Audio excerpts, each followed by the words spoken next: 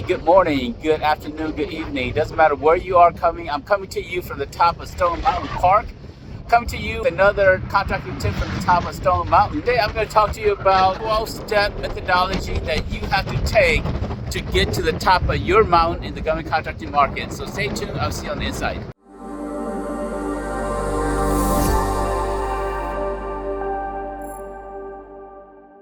Hey, A.S.E.R.I.M back to you, coming from top of Stone Mountain Park with another contracting tip. So today I want to talk about getting to the top of your mountain, which is the government contracting marketplace. 12 steps that you must take to get to the top of the government contracting marketplace. I created an acronym called A.S.E.R.I.M R.O.P.P.C.C. A.S.E.R.I.M R.O.P.P.C.C. So you have to get to the top, and you take these 12 steps here to get to the top of your mountain here in the government market, whether you're in janitorial, construction, IT services, or unique different markets out there. Every single one of you have a top that you need to get to. And so let's talk about these 12 steps here. Step number one is A is for assessment. You have to know what you're starting from. Whether you're starting from Stone Mountain, whether you're starting from LA, whether you're starting from Birmingham, Alabama, or New Mexico, doesn't matter. You want to get to the government contracting capital of the world, which is Washington, D.C. You have to know where you're at before you get going. So practically, what does that mean? You got to have your business infrastructure in place, knowing what your weaknesses are, what your strengths are,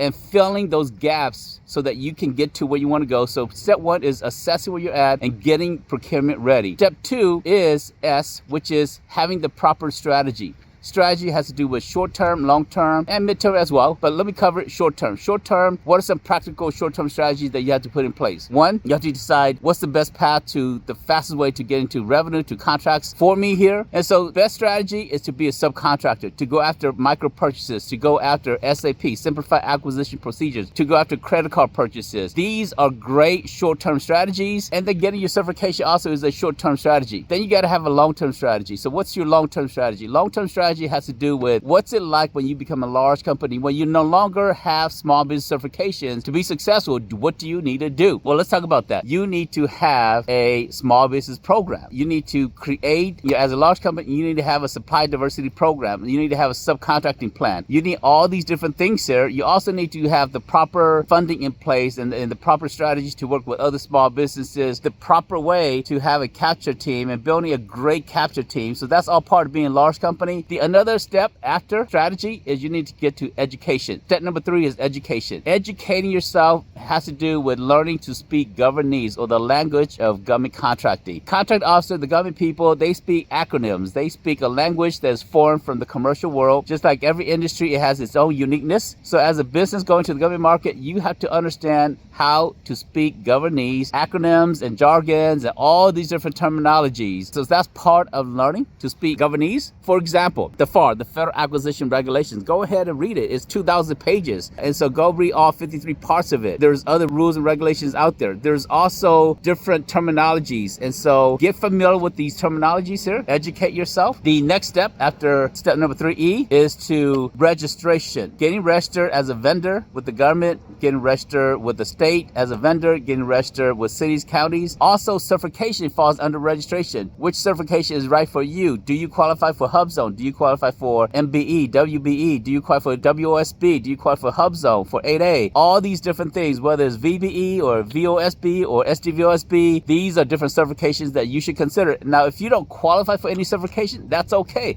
You need to find other small businesses that have certifications, because that helps you to open doors for you. So registration, very, very important. The next step is image. Creating an image that's going to attract government buyers for you. So what do I mean by image? Your logo needs to look a certain way. Your business name needs to be properly addressed. You need to have capability statement. You need to have, your website needs to have government tab. Your business card needs to have your UEI number on it and your next card on the back of your business card. Having the proper image allows you to look like you can handle the contract opportunities you're pursuing. If your image does not represent $1 million contract, the government's not not going to trust you to award you $1 million contract. Next step after I is M, marketing. So now that you have an image, now you're going to start marketing. So what do I mean by marketing? How do you engage a contracting officer? Marketing to a contracting officer is different in the government market. Marketing to a large prime is different. Marketing to, there's other different people that you have to market to in the government market. There's a unique approach to every single one of them. So you have to know how to market. Do you send your capability statement? Do you send a brochure? What do you send to them? Where do you go to market? How do you build a list? All of that is part of building your marketing plan, marketing strategy. So after marketing, then you get into relationship building. Relationship building has to do with identifying the 6 types of relationships you need to have in the government market. Number 1 is the end user. Number 2 is the contracting office. Number 3, small business specialist. Number 4, the large primes. Number 5, a small business with certification. Number 6 is your capture team. So those are the relationships you need to have. If you want to know more details about these type of relationships that you need to have, we actually have a very lengthy class that teaches you about these 6 types of relationships you need to have. These relationships are the relationships that you need to help you win contracts. So for example, let's talk about the government relationships that you need to have. End users have the need. End users, the program manager, the director, the supervisor, the employees that work inside the agency, they have a problem, they have a need. They need your businesses, your solutions, your product, but they don't have the power to award you a contract. They have to go to a contracting officers. That's the other relationship that you need to have. Contracting officers or CO or KOs, they have the ability to award you a contract. And then the third relationship is you need to have a relationship with small business specialists. They have the influence. They can set up a meeting for you with end users, set up a meeting with you with program managers, directors. They can set up a meeting with you for contracting officers and say, hey, you're not meeting your small business goal. Here's a qualified business that you should consider. So those relationships are very important to you. So let's move on from relationship to the next step is O.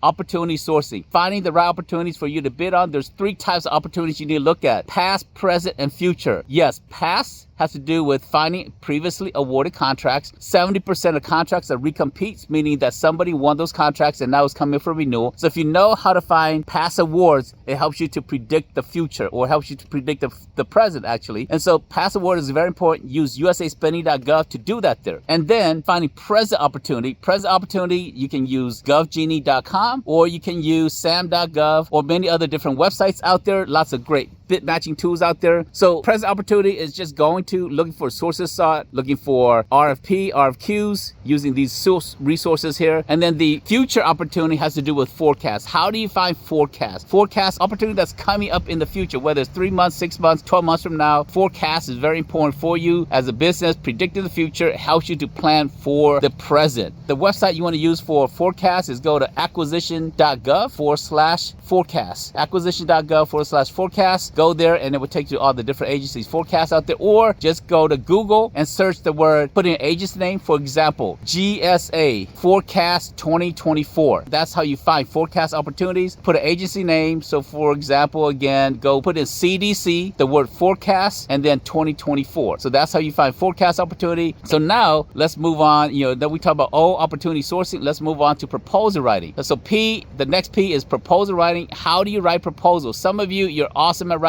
A few of you, you're horrible. So don't try to write your own proposal. If you don't write well, don't try to write your own proposals. Educate yourself, or hire someone or teach someone in your company to write proposals. If you do need help with proposal, we can connect you to proposal writers. So reach out to us, govassociation.org. We will connect you to proposal writers. Next step is after you submit a proposal, you win a contract. Now you have to perform on it. It's the next P. Performance has to do with you delivering the product, delivering the service. So deliver the product, and then after you deliver it, you have to stay in compliance. So step number 11 is compliance. Compliance is to do with turning in your reports, do a quality assessment, doing a meeting with them to talk about where you are, submitting all your paperwork. And so that's part of compliance, making sure that you have a safety program in place, making sure that you have your insurance properly documented with them, facility clearance. All of that is part of compliance. And then the final step, number 12, is C again, which stands for closeout or closure. You invoice the government. Closure has to do with invoicing the government, getting paid, and helping them wrap up all the documents so that the contract officer can move on to the next project. So there you have it. ASERIM R.O.P.C.C. 12 steps to winning government contracts to get to the top of your mountain here. This is Abraham coming to you from the top of Stone Mountain. If you want to learn more or go into the details of each one of these steps here, we have 966 step methodology that takes you into great details of these 12 steps here. And so So come to one of our free classes. We have classes, 2 to 3 classes every single week. Go to govassociation.org/events, govassociation.org/events. Come to one of our classes. If you like this video here, please like, subscribe, and I will see you on another video. This is Abraham coming to you from the top of Stone Mountain Top, giving you some contracting tips from the top. Take care, everybody, and have a great one. But before I go, let me show you the view. This is the view of Stone Mountain. I had to come down a little bit from the top because it was windy. So came down a little bit where there's some rock coverage here so that it's not too windy, so that the audio will come through here. All right, love y'all. Take care. Peace.